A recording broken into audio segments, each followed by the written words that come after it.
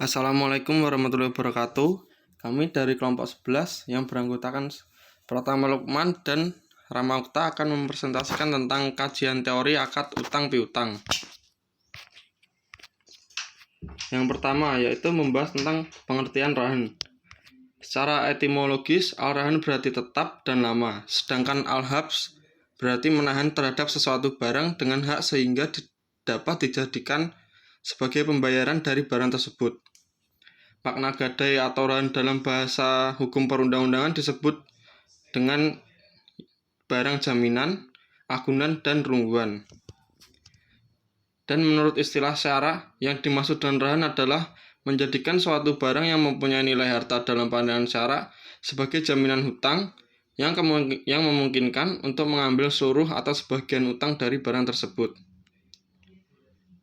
Yang selanjutnya, menurut ulama Syafi'iyah dan Hanabilah, rahan yaitu menjadikan materi atau barang sebagai jaminan utang yang dapat dijadikan pembayar utang apabila orang yang berutang tidak bisa membayar.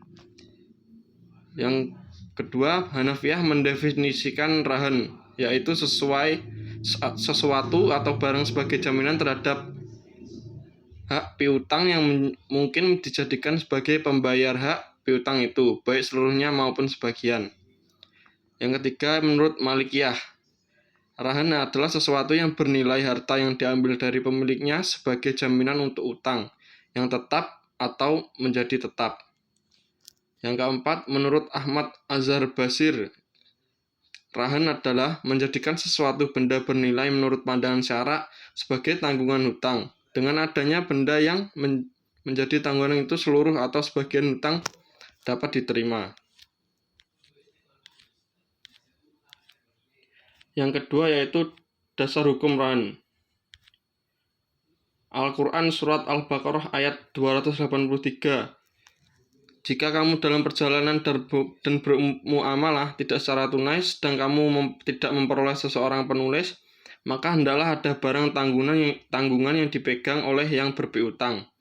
Akan tetapi, jika sebagian kamu mempercayai sebagian yang lain, maka hendaklah yang dipercaya itu menunaikan amanatnya atau hutangnya, dan hendaklah ia bertakwa kepada Allah Tuhannya, dan janganlah kamu atau para saksi menyembunyikan persaksian.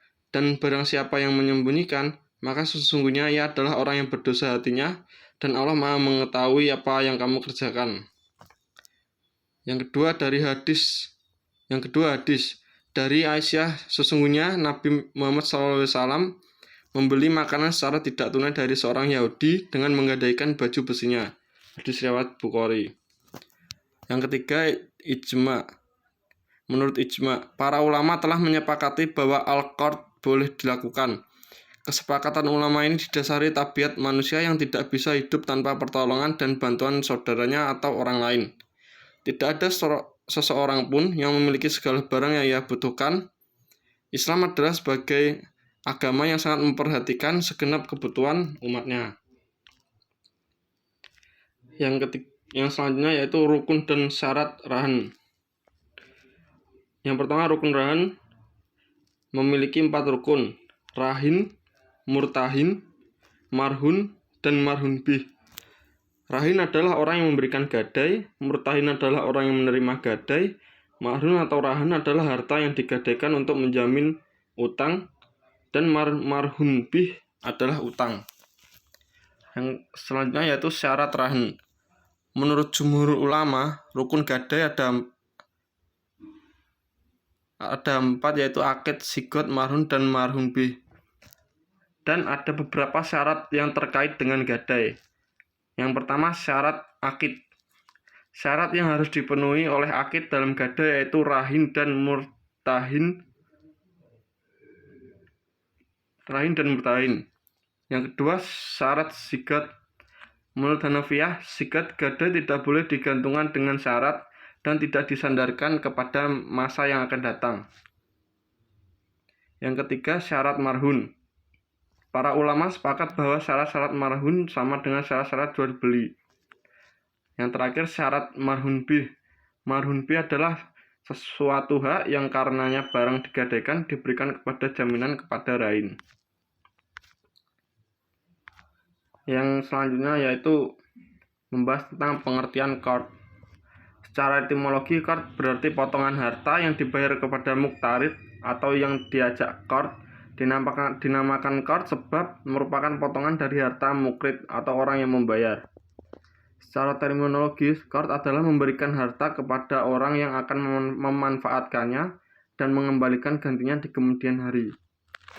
Menurut KHES, al-qard adalah penyediaan dana atau tagihan antara lembaga keuangan syariah dengan pihak peminjam yang mewajibkan pihak peminjam untuk melakukan pembayaran secara tunai atau cicilan dalam waktu tertentu.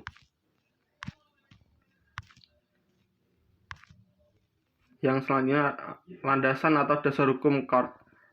Yang pertama diambil dari dalil Al-Quran surat Al-Baqarah ayat 245 yang artinya, barang siapa yang meminjami Allah dengan pinjaman yang baik atau menafkahkan hartanya di jalan Allah, maka Allah akan memperlipat gandakan ganti kepadanya dengan banyak. Allah menahan dan melapangkan rezeki dan kepadanya lah kamu dikembalikan. Yang kedua, menurut Al-Hadis Ibnu Mas'ud meriwayatkan bahwa Nabi SAW berkata, bukan seorang muslim mereka yang meminjamkan muslim lainnya dua kali kecuali yang satunya adalah senilai sedekah. Hadis riwayat Ibnu Majah, Kitab Al-Ahkam, Ibnu Hibban dan Baihaqi. Yang ketiga yaitu menurut ijma, para ulama telah menyepakati bahwa al-qard boleh dilakukan. Kesepakatan ulama ini didasari tabiat manusia yang tidak bisa hidup tanpa pertolongan dari saudaranya. Tidak ada seseorang pun yang memiliki segala barang yang ia butuhkan. Oleh karena itu, pinjam-meminjam sudah menjadi suatu bagian dari kehidupan di dunia ini. Yang ketiga yaitu rukun dan syarat qard. Yang pertama, rukun qard. 1. Pihak peminjam atau muktarid. Pihak peminjam yaitu orang yang meminjam dana atau uang kepada pihak pemberi pinjaman. Yang kedua, pihak pemberi pinjaman atau mukrid. Pihak pemberi pinjaman yaitu orang atau badan yang memberikan pinjaman dana atau uang kepada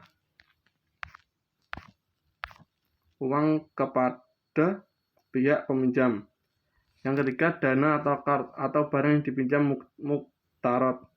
Dana atau barang di sini yang dimaksud adalah sejumlah uang atau barang yang dipinjamkan kepada pihak peminjam.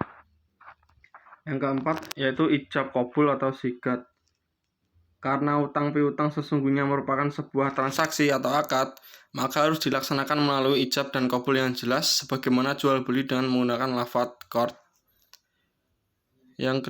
Selanjutnya yaitu syarat qard. Yang pertama, akad qard dilakukan dengan sigat ijab qabul atau bentuk lain yang dapat menggantikannya seperti mu'atah atau akad dengan tindakan atau saling memberi dan saling mengerti. Yang kedua, kedua belah pihak yang terlibat akad harus cakap hukum, berakal, balik dan tanpa paksaan. Yang ketiga, menurut Hanafiyah, harta yang dipinjamkan haruslah harta yang ada padanya di pasaran atau padanan nilainya. Sementara menurut jumhur ulama, harta yang dipinjamkan dalam qard dapat berupa harta apa saja yang dijadikan tanggungan. Yang terakhir yaitu ukuran, jumlah, jenis, dan kualitas harta yang dipinjamkan harus jelas agar mudah untuk dikembalikan untuk menghindari perselisihan di antara para pihak yang melakukan akad qard. Terima kasih. Sekian presentasi dari kelompok 11. Bila ada kurangnya mohon maaf. Wassalamualaikum warahmatullahi wabarakatuh.